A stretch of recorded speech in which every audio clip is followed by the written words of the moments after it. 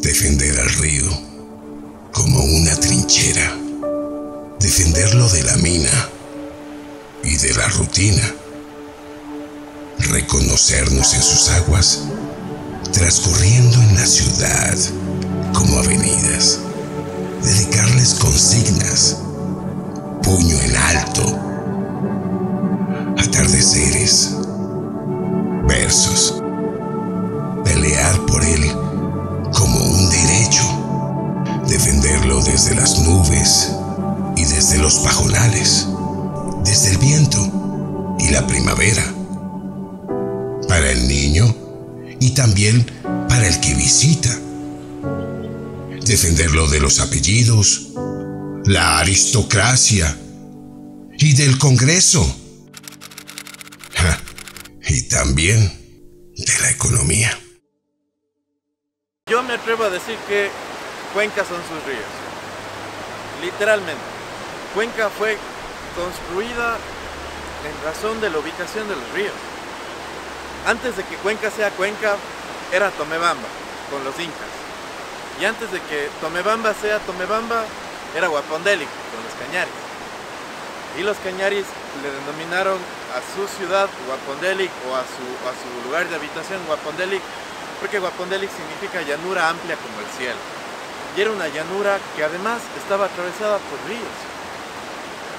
Y el agua es uno de los elementos básicos para el sostenimiento de la vida, para la reproducción de la vida. Por ejemplo, entre Quito y Cuenca, la diferencia es que por el tamaño de la ciudad, Cuenca guarda como un poco más de cercanía con esos sectores sociales que sienten propio, que sienten muy de su vida, el río, el pasto, las vacas, el páramo. Por decir, muy cerquita de aquí tenemos el Valle de Tarqui, que es un valle precioso, y la gente de la zona urbana sabe que ahí hay organización social que ha defendido esa zona y ha defendido el páramo que está más arriba, y que no es que está atrás de la ciudad, sino que atraviesa la ciudad. Entonces, yo creo que con eso también presente, porque el río, los 4 ríos atraviesan la ciudad, es que la EMOB, las alcaldías y varias autoridades, las universidades, han rescatado las riberas de los ríos, y a este momento Cuenca es una de las ciudades más hermosas del Ecuador, y no precisamente por el centro histórico, sino por sus ríos, porque las acacias del llano son tan verdes y tan como que contagian vida, y eso siente una cuando se acerca a las orillas del río y a los senderos que están al borde del río. Entonces, yo creo que no hay como un sentido de pertenencia si uno no está cerca de. Entonces creo que esa es la diferencia con otras ciudades como Quito, por ejemplo, que el río está atrás de la ciudad. Huele feo, está abandonado, nadie le quiere, pero aquí los ríos atraviesan la ciudad. Entonces, creo que es la cercanía, el pasar viendo todos los días eso y decirse, este es mi río, no puede estar así.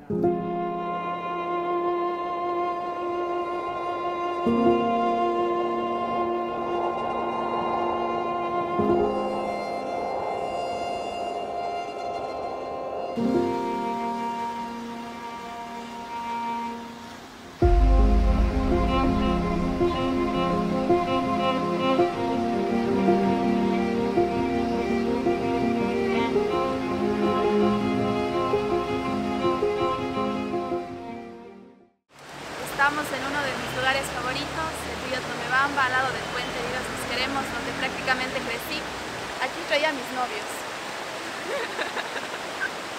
En serio, el cuencano que me diga que no se ha enamorado alrededor de los ríos está mintiendo. los ríos han servido y han sido espacio donde la gente nos reunimos para convivir. Aquí hacemos deporte, aquí nos enamoramos, aquí jugamos carnaval, aquí, por ejemplo, yo he venido a leer, venimos a inspirarnos, vengo a llorar acá. Y aunque digan que es un espacio público donde la gente te ve, he visto muchísima gente que está aquí sentada, específicamente aquí, compartiendo con el río para, no sé, como que desfogarse y también ser parte. Es hermoso realmente despertarse y escuchar en la noche el río, en la mañana escuchar el río y ver al río en la mañana desde el balcón y tomar un café realmente es algo que siento me da vida y me da tranquilidad también. El poder ver el brillo del sol en las mañanas, en el amanecer, realmente creo que llena de vida y da un impulso y una energía para empezar el día. El río es parte de la subjetividad, es parte del amor, es parte del deporte, es parte efectivamente de comer, por ejemplo, moras, ir a granear en las orillas de los ríos. Hasta el día de hoy todavía uno puede encontrar las moras, puede encontrar capulís y encuentra a la gente. A mí me da gusto cuando veo a la gente graneando, ¿sí? Eso ya ahora parece una imagen romántica, pero antes era común, era de comer. En realidad uno no iba románticamente a granear, sino iba a comer, a comer capulís, a comer también moras. Es muy interesante, justo estoy viviendo hace un mes en el río y es época de capulís. Entonces todo el tiempo la gente coge los frutos del río, los frutos de los árboles que están junto al río. Hay familias enteras que salen con vales a recolectar el capulí y todas las personas que caminan, incluso en la mañana, siempre alzan el brazo y se bajan un capulí y van saboreando lo que nos da la naturaleza. Creo que los cuencanos y las cuencanas disfrutamos muchísimo de nuestros ríos. Quien no ha vivido a la orilla de un río quizá no pueda comprender lo exquisito que es, ¿no? A ver, cuando uno está enamorado, qué mejor que ir a la orilla del río. Cuando uno está despechado, qué mejor que ir a la orilla del río. Cuando gana el Deportivo Cuenca, rara vez pasa, pero cuando gana el Deportivo Cuenca, vamos a la orilla del río. La orilla del río es casi la arteria principal de la vida de los cuencanos y cuencanas.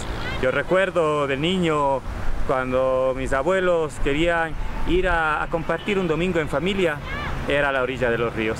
Sacaban todo, sacaban la casa completa, la hornilla, el gas, los colchones, las cobijas, la carne, los vegetales, las frutas, las cervecitas, porque además, ¿qué mejor refrigerador en Cuenca que los ríos? Uno pone ahí las cervecitas ahí atrancadas entre dos piedritas en el río y se conserva friecita toda la tarde. Ahí pasas jugando boli, correteando, un poquito de 40 en la tarde y la cervecita está al punto. Siempre los ríos han sido nuestros aliados y también pues nos han jugado. Porque ya les decía, de jugas boli a la orilla del río, pero cuando la bola se va al río, corre, pues corre, porque el río ahí te va haciendo jugar también, ¿no? A veces la bolita hacia el centro, a veces te la acerca. Es muy agradable vivir junto al río. Tienes una brisa, tienes un frescor que te ayuda a escaparte del bullicio de la ciudad, de la vida frenética de una ciudad, pero lo mejor es que está en medio de la ciudad. Así que tienes ahí el escape de la naturaleza, del abrazo de esta Santa Ana de las Aguas, de esta Santa Ana de los Ríos, de esta bella ciudad de Cuenca. Yo sí soy muy contento de vivir en la ciudad de Cuenca. Indudablemente parte de mi alegría de vivir en esta ciudad es poder estar en los ríos. Cuando el río está suave, podemos observar que se siente una paz, una tranquilidad, es su serenidad. Pero también vemos a veces su molestia cuando los ríos se enfurecen, cuando están enojados, cuando están bruscamente sonando, ese sonido brusco que a veces tienen, eso que no, hay que saber entender, hay que saber llegar a eso, hay que saber comprender cuándo debo meterme, no desafiar a la naturaleza, cuándo me debo meter a un río y cuándo no, cuándo debo respetar la braveza que hay dentro de eso y cuándo me tengo que quedar al lado de a mí, en mi lado, y respetar su espacio.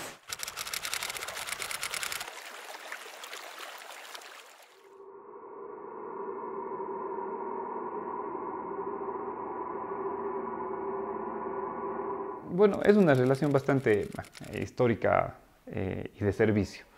Anteriormente el Cajas solamente se le consideraba como el tránsito entre la costa y la sierra, porque obviamente las ciudades siempre van creciendo.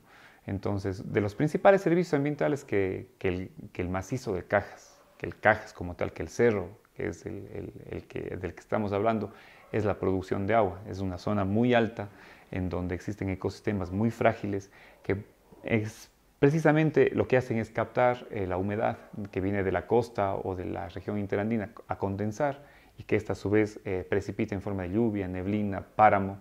Eso vaya a las quebradas, a los ríos, y eso venga hacia la ciudad. Y no solamente hacia Cuenca, sino también va hacia la costa. Aparte es un sumidero de carbono, todo el macizo del Cajas. Son ecosistemas en que captan el carbono de la atmósfera y son incorporados al suelo, por eso el suelo negro andino. Entonces es muy, muy interesante el tema de los servicios, ¿no? Y otro que yo también creo que es muy importante es el tema de la biodiversidad. Existen varios ecosistemas, estamos desde los 4.500 hasta en las zonas más bajas, hasta los 2.500 metros en el macizo. Entonces eso nos da que exista esta gradiente altitudinal, da mucha posibilidad para que se generen ecosistemas, hábitats, nichos ecológicos, y eso a su vez hace interrelaciones entre flora, fauna o plantas, animales, que hace que la biodiversidad sea muy grande. Sobre todo en las zonas de estribaciones cordilleras occidentales, la biodiversidad es muy alta porque hay una mezcla entre flora y fauna de la costa que sube hacia la sierra, y en ese intermedio en donde se encuentran existen muchas especiaciones de especies endémicas, raras, etc.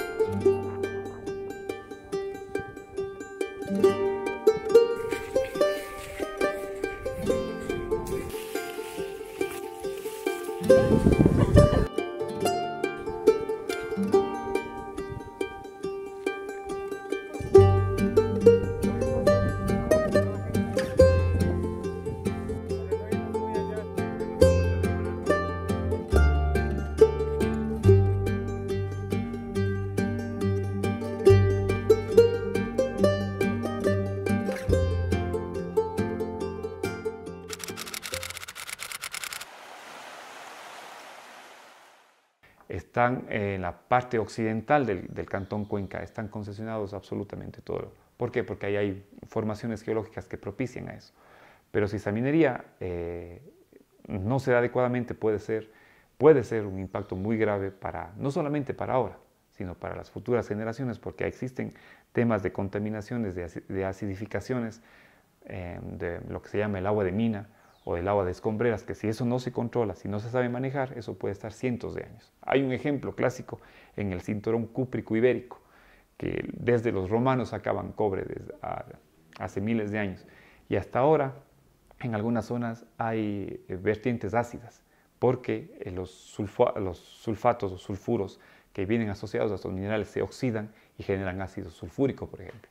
Y si eso no es manejado, puede ser de los mayores impactos ambientales, y no en 10 años, a largo plazo. ¿Sí? Realizar actividades mineras en las zonas de recarga hídrica de nuestros ríos implica necesariamente reducir seriamente el caudal, porque la actividad minera, especialmente aquella de gran escala, remueve inmensas cantidades de material.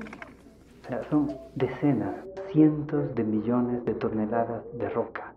Para poner un ejemplo, en el caso del proyecto Loma Larga, uno de los proyectos mineros estratégicos para el Estado Central, se van a remover 14 millones de toneladas de material durante 12 años de explotación.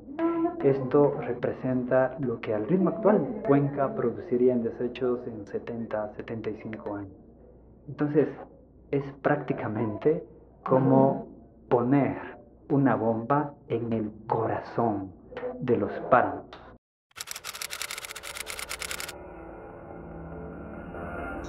¿Cuánta agua se requiere para extraer una sola onza de oro?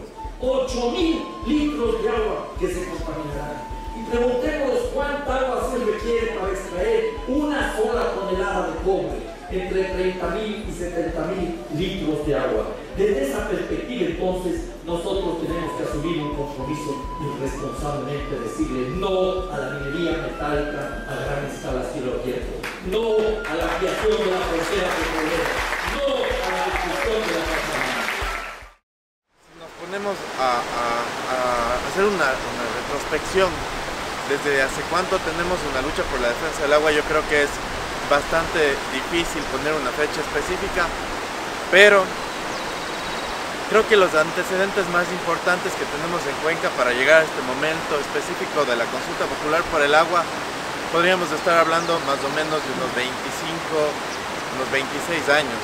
Es decir, en la época de los 90, las comunidades indígenas y las comunidades campesinas del Cantón Cuenca, de la provincia de la Azuay, ya estaban alzando sus voces, denunciando la imposición de actividades mineras en sus territorios y por lo tanto la vulneración de sus derechos y la vulneración de los derechos de la naturaleza, a pesar de que en esa época todavía no había un reconocimiento formal de los derechos de la naturaleza. Ahí empiezan a existir alienígenas, es decir, personas externas y extrañas a su territorio que no pertenecían a ellos y comenzaron a hacer la etapa de exploración, pero sin consultarles a las comunidades y a los territorios. Entonces ellos deciden organizarse.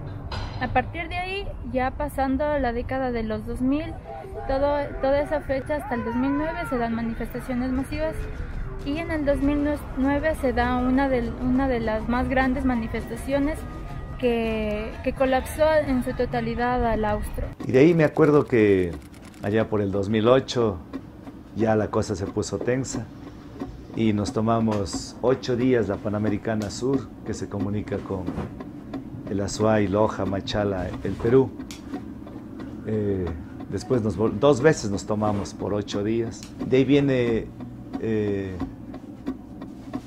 la ley de minería y nosotros decíamos, esta es una oportunidad para que solo pedimos que haya minería, pero no en fuentes de agua, lo único que pedíamos. Yo ahí creo que la pedagogía de los campesinos es muy poderosa, ¿no? O sea, ¿por qué?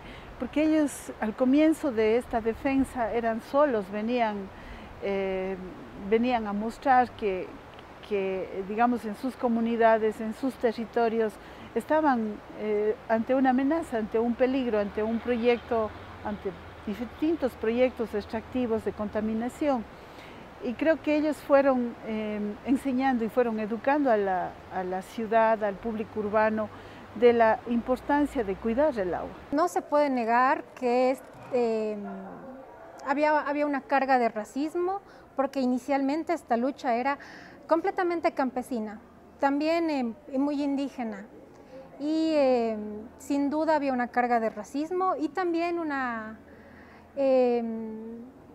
reticencia como a vernos como iguales, como que todos tomamos agua de los mismos páramos. Entonces esto se fue rompiendo porque el ímpetu desde las comunidades fue fuerte y aparecieron en distintos momentos varios personajes que impulsaron esa lucha, que nos fueron abriendo los ojos a toda la ciudad, porque el sentimiento actualmente de Cuenca es no a la explotación de los páramos. Entonces fueron apareciendo algunos personajes, los medios de comunicación también, dando más importancia, más espacio a estas noticias, que como vemos ahora son completamente trascendentales al momento de elegir un presidente, por ejemplo. Entonces hicimos sendas reuniones, talleres, movilizaciones. Veníamos desde Victoria del Portete caminando acá para que nos escuchen. Y ninguna autoridad nos daba atención, nadie nos escuchaba. Llegó el año 2006, justo en la campaña electoral en donde Rafael Correa se postula. Y como venía aparentemente un gobierno de izquierda, ecologista, nosotros le invitamos a una reunión a él. Bueno, tuvimos 3 reuniones con él y él se comprometió, decía, no me temblarán las manos de sacarle a una minera de las fuentes de agua. Si me demuestran que son fuentes de agua, vamos a mostrar, no quería, no tenía tiempo, en fin. Y es esa la razón por la que entonces él no le daba la importancia debida. Y como vimos que no era un convencido de la ecología, ya no le apoyamos a él.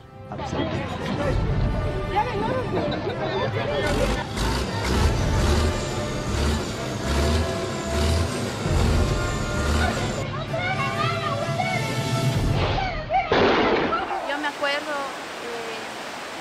no sé, en octubre de 2019, cuando hubo la protesta y los cuencanos y las cuencanas y el Ecuador en general se levantó, cómo el río nos proveía de piedras, cómo el río servía para que nosotros también nos empoderemos y nos apoderemos de nuestras luchas.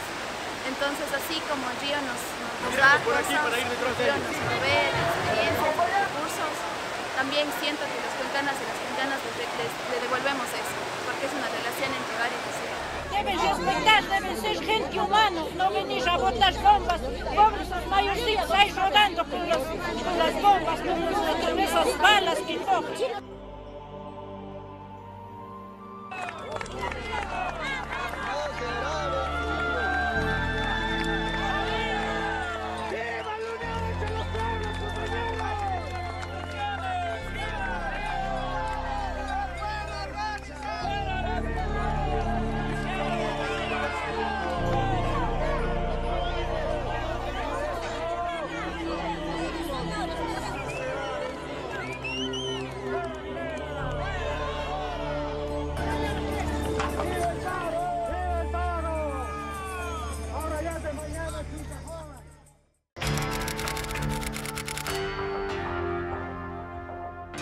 Bueno, a partir de esto, ya pasando a la década de los 2000, todo lo que es las comunidades, principalmente en Victoria del Portete y Río Blanco, se fueron generando manifestaciones masivas.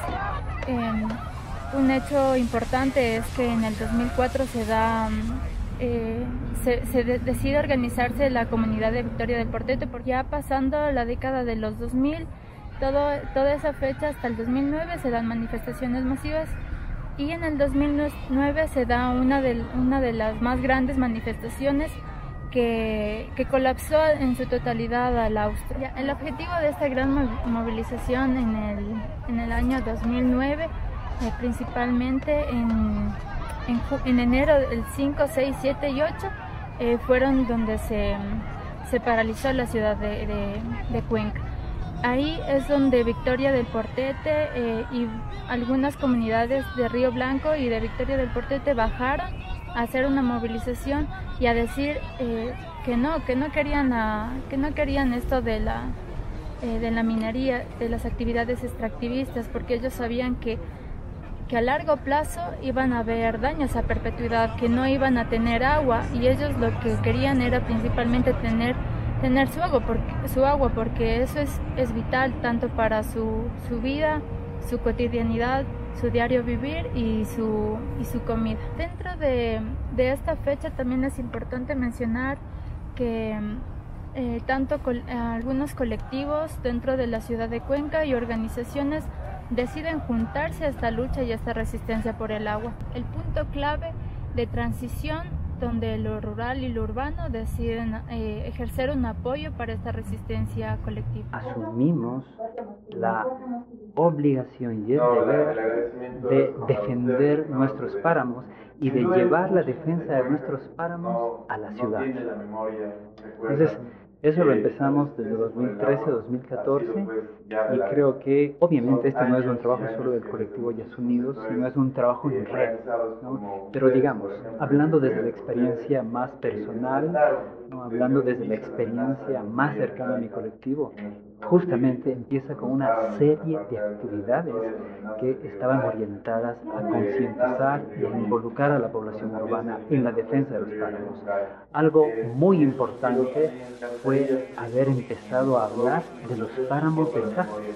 En Cajas, para la población de Cuenca, es un lugar sagrado, y cuando empezamos a decirle a la gente, es el Cajas, son los páramos de Cajas los que están amenazados, son las nacientes de nuestros ríos.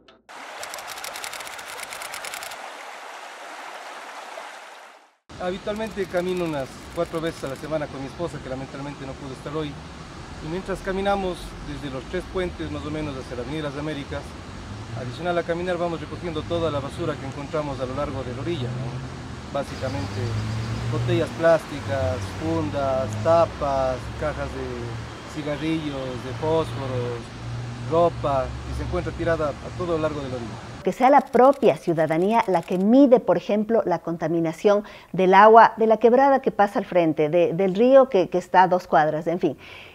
Este es un tema que ya está muy generalizado en otras partes del mundo. Entonces, por ejemplo, para la medición de la contaminación del agua hay dispositivos hechos con cartón.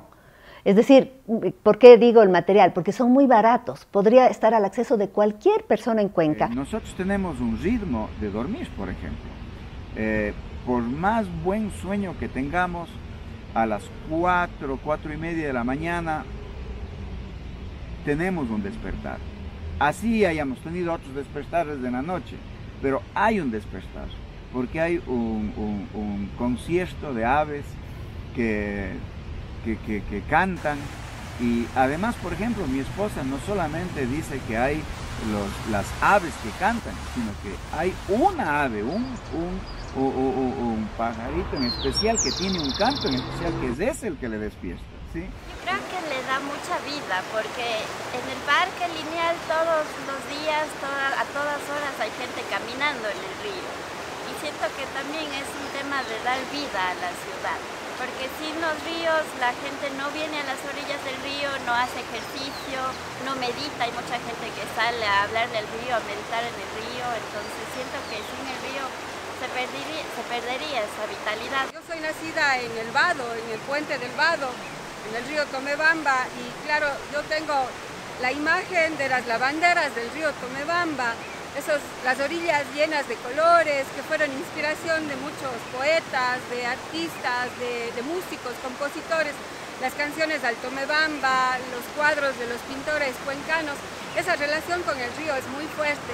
Yo creo que todos admiramos el barranco del río Tomebamba, las casas colgando, son parte de nuestra identidad. Yo bajaba desde el Vado hasta la universidad, 4 veces al día pasaba por el río, y claro, es esa imagen presente.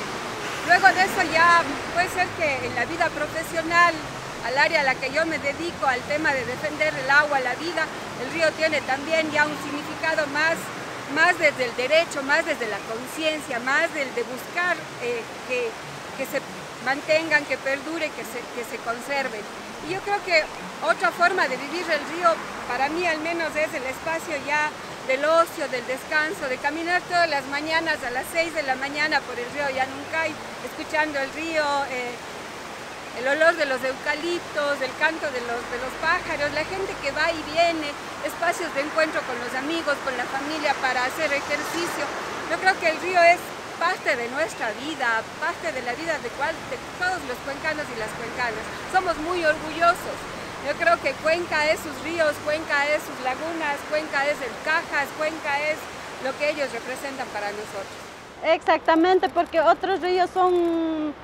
Yo he visto en provincia de Chimborazo, yo he visto en mi provincia mismo, y la gentecita contamina mucho, porque a veces hasta incluso, incluyendo a mi persona, no sabemos valorar, ¿no?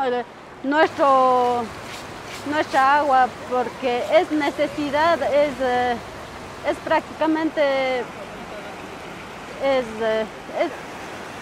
no hay que contaminar, porque es necesidad de nuestro ser humano, no solo para ser humano, para animales, para las plantitas.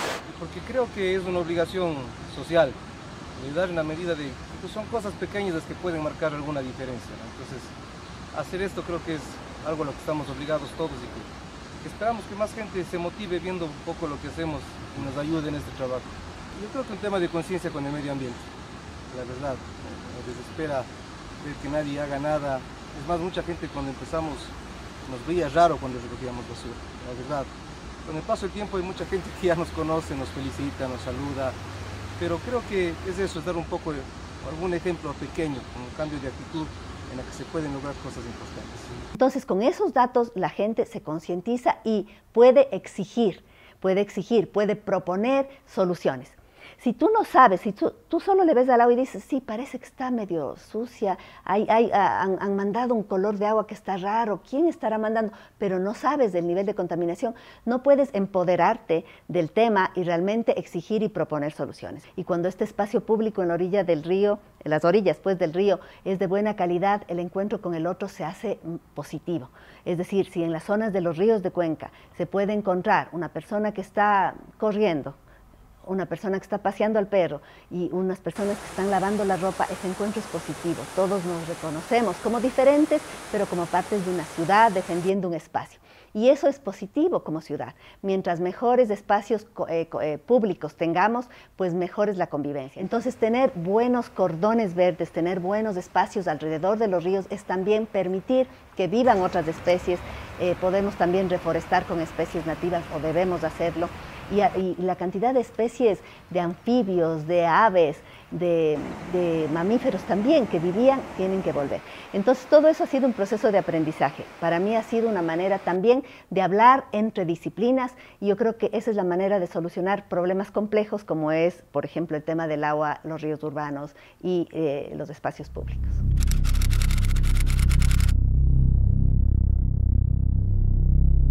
Entonces, destruir los ríos que nos atraviesan, destruir los ríos que nos cantan, destruir los ríos en donde nos juntamos, destruir los ríos en donde nuestros abuelos aprendieron a nadar, destruir los ríos que están íntimamente ligados a la historia de Cuenca, es prácticamente asesinarnos como pueblo, como cultura. Sopesamos algunas vías por las que poder ir y librarnos al menos unos buenos años de la amenaza de la megaminería en los páramos, y optamos por la de la consulta popular, que es una vía potente políticamente, más con los resultados que se obtuvo a pesar de la situación tan complicada, porque estamos en pandemia, apenas iniciaba la pandemia y todavía había un miedo grande en la ciudadanía. Entonces, con todas esas condiciones en contra, logramos algo que ahorita lo sueñan muchos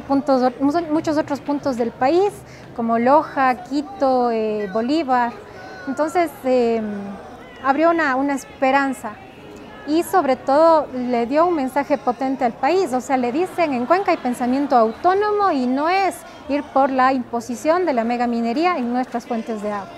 Entonces, la consulta nació en una serie de reuniones con compas de Sayausí, de Río Blanco, de algunas organizaciones dentro del Cabildo, y pues nos lanzamos a esta propuesta.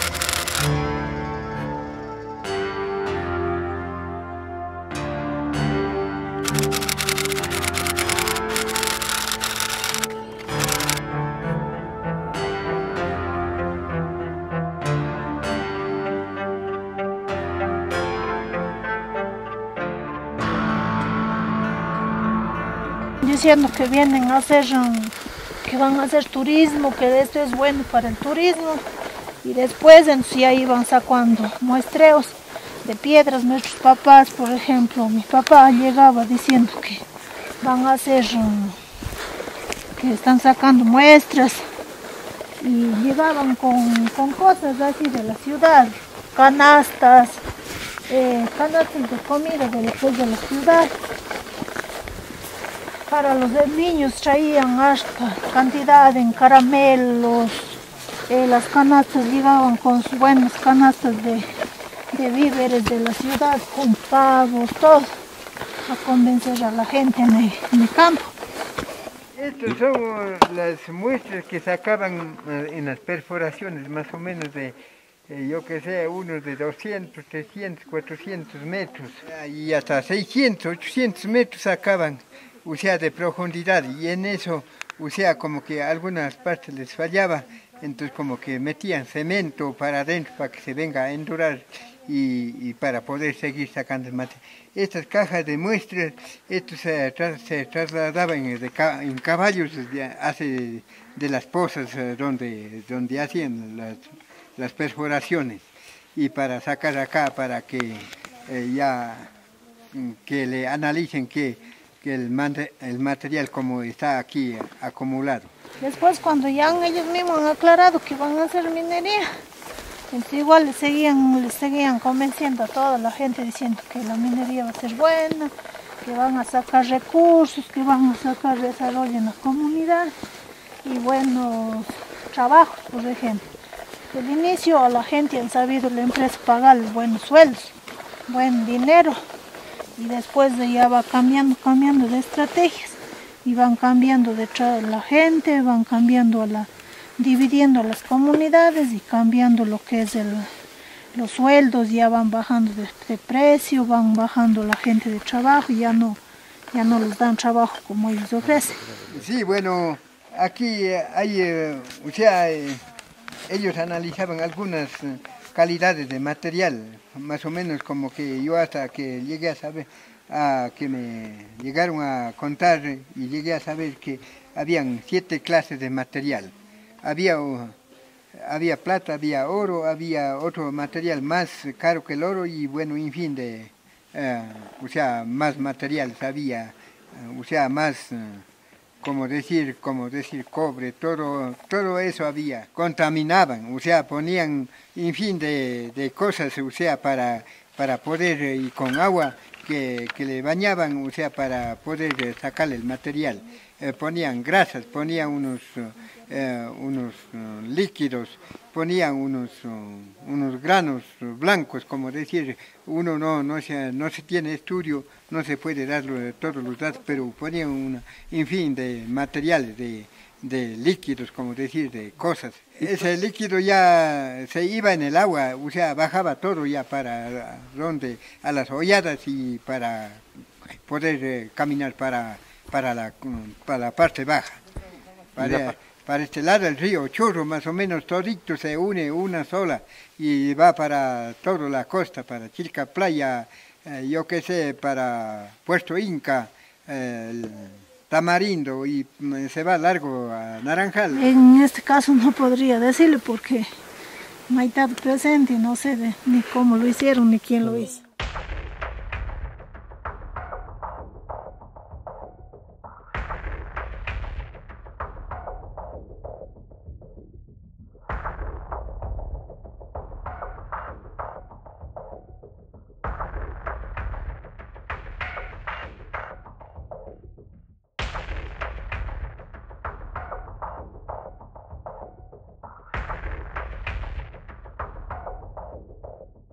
Decían que van a clasificar con edades, que ya tengan de 45 años para arriba, que ya no iban a valer para nada, porque ya no iban a trabajar.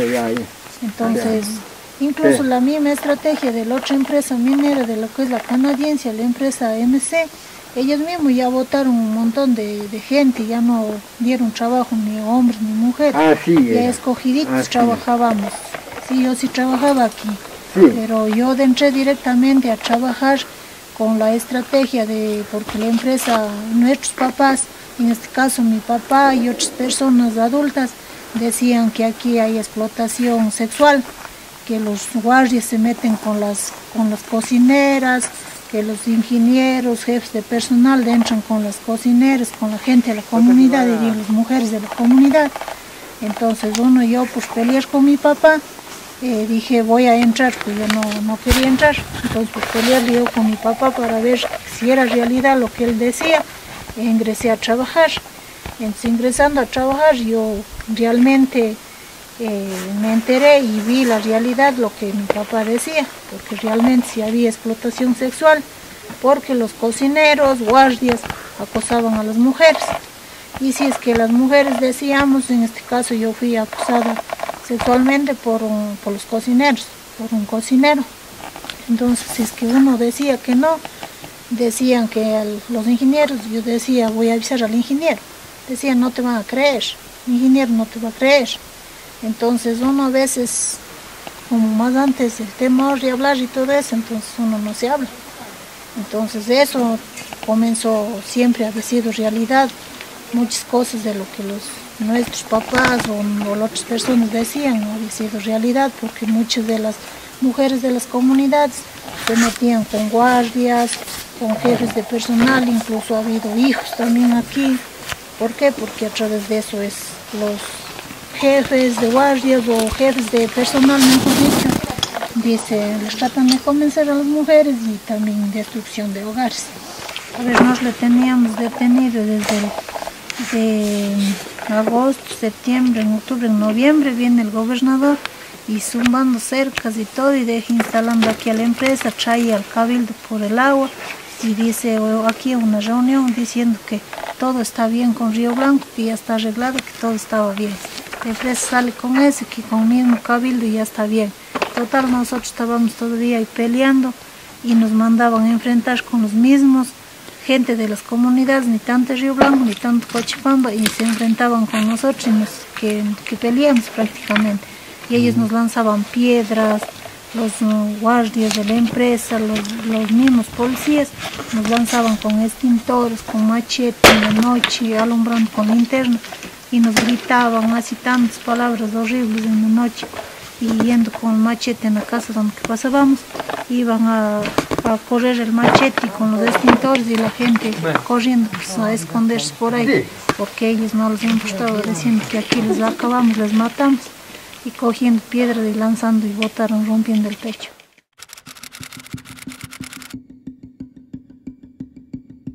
No es raro ver en Cuenca que la gente entre a tomar fuercita en el río, ¿no? Un poquito de agua en la mañanita te deja templadito para todo el día. La pureza de nuestras aguas nos revive, nos da mucha energía, y cuentan los abuelos, fíjese usted, que tan bellos son los ríos de Cuenca, que cuando el diablo blanco, el diablo europeo llegó a estas tierras, porque aquí antes no estaba el diablo, aquí estaba el Supay. Pero de Supay ya en otra jornada hablamos, pero con los españoles llegó el diablo. Y con el diablo, pues, la curiosidad de él, que veía esta ciudad y vea que se fue enamorando. Y dicen que se enamoró, entre otras cosas, no solo de sus mujeres, sino de sus aguas. Y que el diablo le gustaba vivir ahí en el río. Y que el río fue guardián, allá en su origen, en las lagunas del Cajas, fue guardián de sus tesoros. Ahora lo conocemos como Tomebamba, originalmente era Tumipamba. Tumi significa cuchillos ceremoniales y Pamba es justamente llanura. Entonces, antes los cañaris le habían nombrado toda esta zona como la llanura de los cuchillos. Siempre el río ha estado como cercano a una cuestión un poco agresiva, ¿no? Y bueno, luego ya se cambió el nombre a Tomebamba. Y después el Tomebamba es bautizado como Julián Matadero 2 veces. Una en 1802 por el obispo Fita y Carrión, justamente porque habían muchas crecidas en el río, entonces el obispo bautiza de esa forma a Julián Matadero. En la época de 1950 el río sí se llevó muchas cosas, se llevó como 14 o 16 puentes, casas, ganado, gente, autos. Fueron como 4 personas que el río se las llevó. Matadero se le decía a esta parte al río porque allá cruzando el puente de Roto, que ahora le conocemos como puente de Roto, había el camal. Entonces a esta zona le decían el Matadero. Y Julián porque le bautizaron en el día de San Julián. Entonces esa es como que la razón por la que el río Tomebamba le nombran Julián Matadero 2 veces.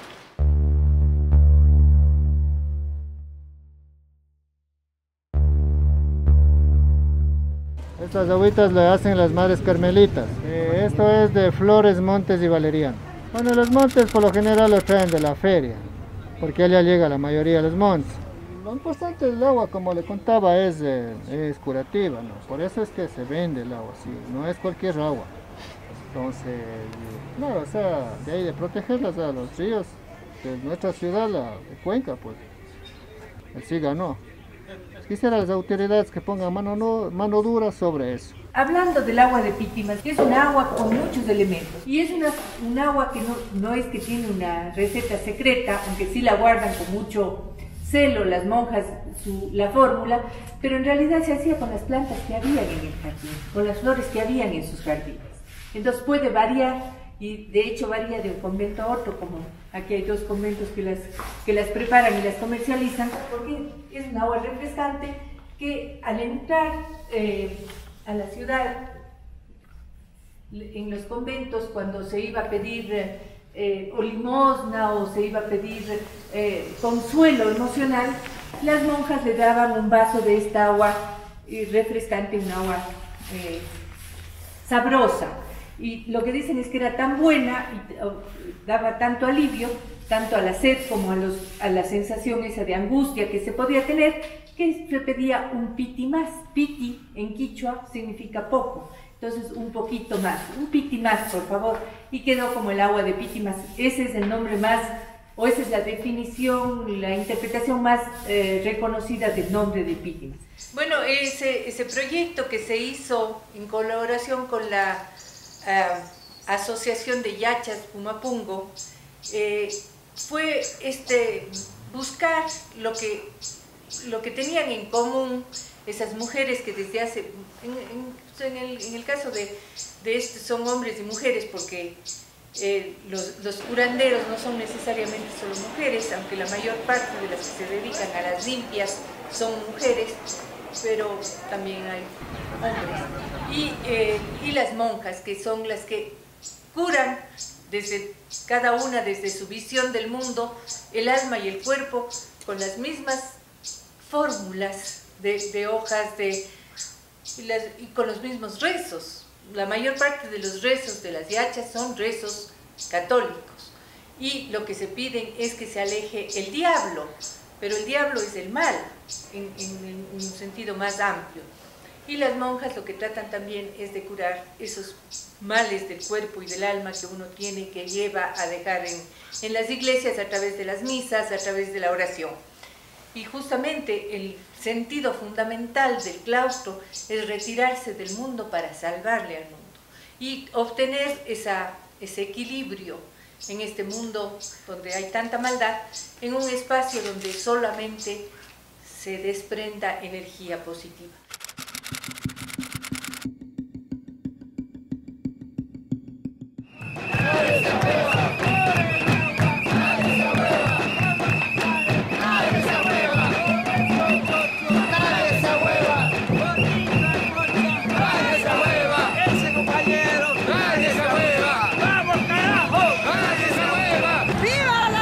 Continental por la vida.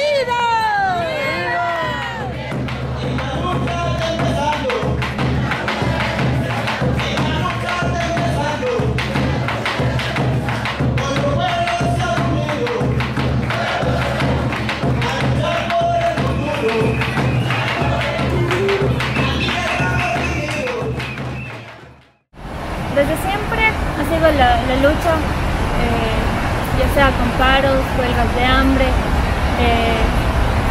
cerrar las vías, o sea, es una lucha más fuerte, pero esto de que incluir el arte para hacer conciencia, llegar a conocer la importancia de nuestra agua también es algo muy importante. Por parte de la Universidad de Cuenca, la cátedra de Gestión Socioambiental de la carrera de Sociología organizó un evento llamado La Palabra que Labra. Fue una maratón de poesía para los 4 ríos de Cuenca. El 30 de enero se estuvo leyendo de forma simultánea en 4 ríos de Cuenca, poesía, cuentos, música, todo dedicado a los ríos de Cuenca. Esto como una forma de concientizar la importancia del agua y de eso, de demostrar que no es tan solo para adornar, sino que es parte de nuestras vidas y que son muy importantes los ríos para nuestro día a día.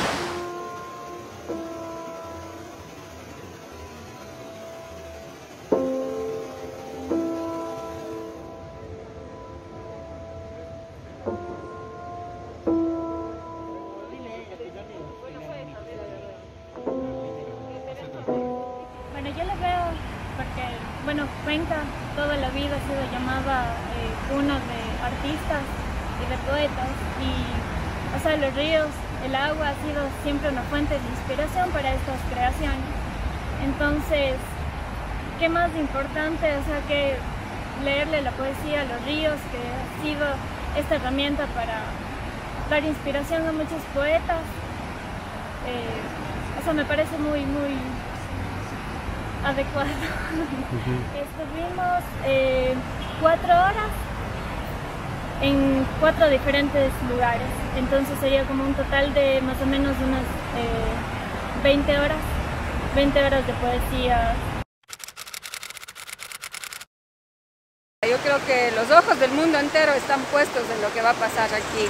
Los ojos de otros pueblos del Ecuador, los ojos de Latinoamérica, porque vamos a ser capaces de decirles que queremos otra forma de hacer las cosas, que esta Latinoamérica que ha sido devastada por el extractivismo, por la minería, por la explotación del petróleo, le está diciendo queremos parar todo eso y somos capaces de decirle no, así sea una cosa pequeñita, simbólica, pero el mundo y Latinoamérica mirarán que es posible pronunciarse, que tenemos el derecho a construir otra forma de hacer las cosas. La consulta popular, hablando en términos jurídicos, es un instrumento de democracia directa que permite que las personas tomen decisiones o incidan sobre decisiones que le competen pues prácticamente al Estado a los distintos niveles de gobierno. En este caso es una consulta popular de carácter plebiscitario porque sus efectos no son de carácter normativo, sino más bien inciden sobre la política pública como tal, sobre decisiones de carácter político-administrativos. En el caso específico de la consulta de Cuenca estamos hablando sobre el desarrollo de actividades de minería metálica que afectan a los ecosistemas donde el agua, donde el río Tomebamba nace. Entonces, a estas zonas, además de ser ecosistemas páramos, les definimos como zonas de recarga hídrica. Estas zonas de recarga hídrica fueron claramente identificadas por Etapa. Etapa es la empresa pública que se encarga de administrar la dotación de agua para el Cantón Cuenca. Entonces, primero creo que la consulta le da legitimidad a las decisiones que las autoridades tomen en el futuro, pero sobre todo da una advertencia a todas las autoridades, y es que ya hubo una decisión de todo el cantón y tienes que respetar esa decisión. No puedes venir a pretender que esta consulta no existió, que nosotros no pusimos nuestra voz, que no se nos consultó. Grupos de jóvenes, artistas, periodistas y comunicadores. Sin embargo, creo que un punto de giro se dio en el año 2013-2014, cuando Cuenca asume también la defensa del Yasuní, que Correa había decidido explotar. Se recogen firmas, en Cuenca se recoge porcentualmente la mayor cantidad de firmas para que la consulta popular se dé con el propósito de prohibir la explotación petrolera en el Parque Nacional de Yasuní, en el bloque ITT. Desde el Cabildo por el Agua de Cuenca, que es este espacio grande que articula muchísimas organizaciones y que ha venido empujando la consulta popular, queremos, pues no hay otra cosa que hacer festejar contundentemente esta victoria que prácticamente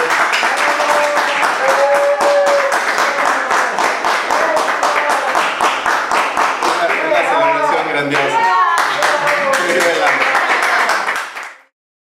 Yo creo que es un tema bastante loable, aunque en la práctica legalmente no tiene mucha significancia. Y me van a decir, como así, si votamos 80% para defender el agua y el agua está en los ríos, está en las lagunas. El tema es que no es retroactivo. Todas esas concesiones que ustedes vieron en ese mapa, tal vez un 30-40% del Cantón Cuenca está concesionado en la zona occidental, no puede ser revertido. Además que la consulta, según el análisis que hacía un jurista, la consulta decía es a minería a gran escala. Pero ¿qué pasa con la mediana, la pequeña, la artesanal? Eso sigue estando en pie. Además que estas concesiones van a seguir. O sea, no es que se van a desgraficar, no es que se van a archivar, no es que se van a eliminar, sino siguen, continúan con el mismo régimen porque la ley no es retroactiva. Entonces eso es un tema un poco de discusión. en que ahora las autoridades que se están yendo a posesionar nuevamente comiencen a hacer efectivo eso. O sea, de aquí en adelante, ¿qué va a pasar con las concesiones? ¿Cómo las vamos a otorgar? ¿No las vamos a otorgar? Ese es el boom. Ahora, lo interesante de este ejercicio ciudadano es que se creó una conciencia de defensa colectiva. O sea, estamos en defensa del agua, o sea, sin poner temas políticos.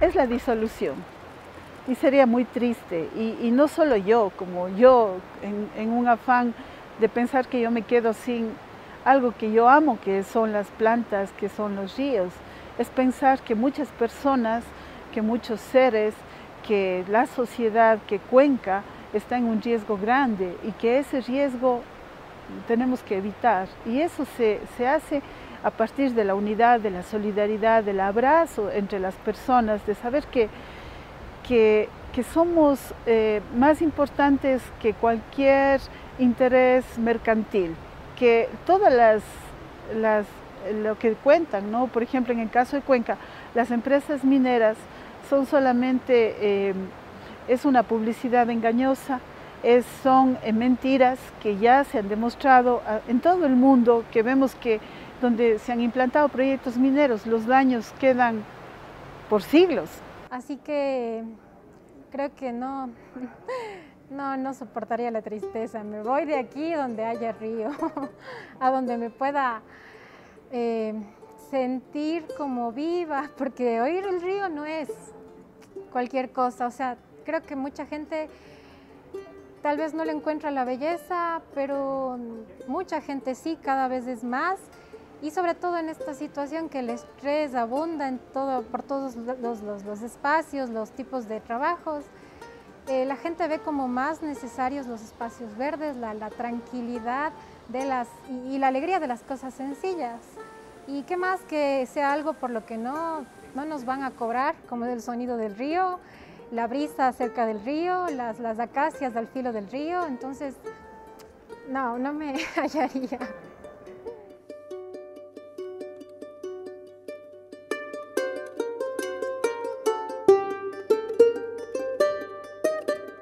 Creo que ahí la relación del agua, la universidad y la ciudad es íntima y podemos dar mucho todavía. Creo que tenemos mucho por hacer, hay más que investigar y obviamente dar información y datos para la toma acertada de decisiones.